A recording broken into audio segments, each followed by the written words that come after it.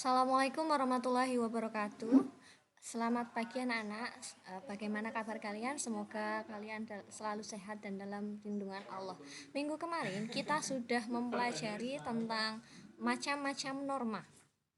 Terima kasih kalian sudah mengerjakan tugasnya dengan baik. Kali ini kita akan belajar tentang arti penting norma dalam mewujudkan keadilan. Hal yang harus menjadi perhatian adalah jika hanya diucapkan, Pancasila itu tidak lebih dari sekedar kata-kata. Seharusnya Pancasila itu dicintai, dan sebaik-baiknya mencintai adalah dirasakan ke dalam hati dan dibuktikan dengan tindakan.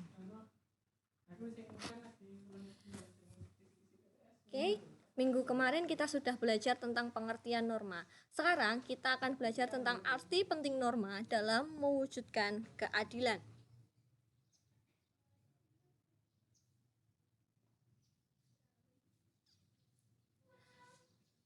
Apa sih pentingnya norma itu?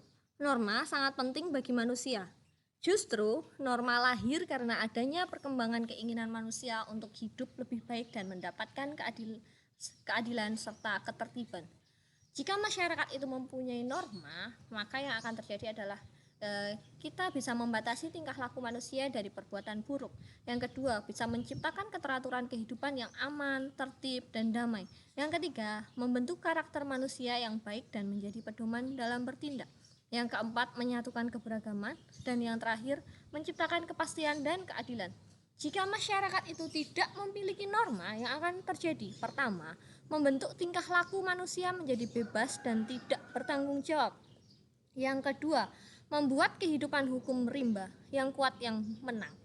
Yang ketiga, menciptakan kekacauan. Yang keempat, membuat kehidupan tanpa aturan. Dan yang terakhir adalah membuat tidak adanya saling menghargai antar manusia. Oke. Nah, di Indonesia itu ada 4 macam norma kemarin yang sudah kita pelajari. Tetapi dalam kehidupan bernegara yang lebih dipakai adalah norma hukum. Dalam mewujudkan keadilan dan ketertiban masyarakat diatur dengan berbagai macam norma yang mengikat dan memiliki sanksi. Secara khusus, sesuai Undang-Undang Dasar 1945, hal tersebut diatur dalam pasal 1 ayat 3 yang berbunyi negara Indonesia adalah negara hukum.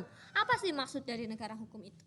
Negara hukum adalah negara yang pemerintahannya didasarkan atas hukum, baik itu hukum tertulis maupun hukum tidak tertulis. Menurut AVDC, negara hukum itu mengandung 3 unsur yang utama.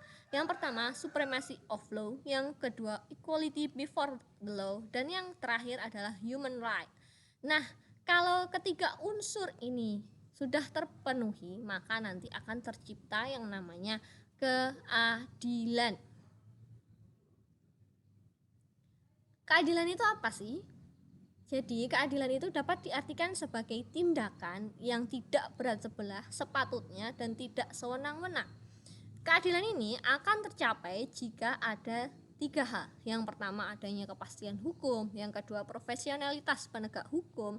Dan yang terakhir adalah partisipasi masyarakat. Di dalam keadilan itu tidak ada pengecualian. Semua memiliki kedudukan yang sama di dalam hukum atau norma. Hal ini sejalan dengan pasal 27 ayat 1 Undang-Undang Dasar 1945. Yang perlu kalian jadikan catatan adalah keadilan itu tidak harus selalu sama atau seimbang. Keadilan itu ketika sesuai dengan kebutuhan dan porsinya masing-masing. Sesuai dengan gambar itu ya, yang sudah tinggi tidak bisa diberikan penyangga yang sama dengan yang pendek. Terus yang tinggi tidak bisa diberikan penyangga yang lebih banyak daripada yang pendek. Jadi yang pendek harus diberikan penyangga yang lebih banyak daripada yang tinggi atau yang sedang. Itulah makna dari keadilan. Oke. Nah, jenis-jenis keadilan itu sendiri dibagi menjadi 3. Yang pertama adalah keadilan komutatif, yang kedua keadilan distributif, dan yang ketiga adalah keadilan legal. Keadilan komutatif itu artinya adalah perlakuan kepada seseorang tanpa melihat jasa-jasa yang sudah dilakukan.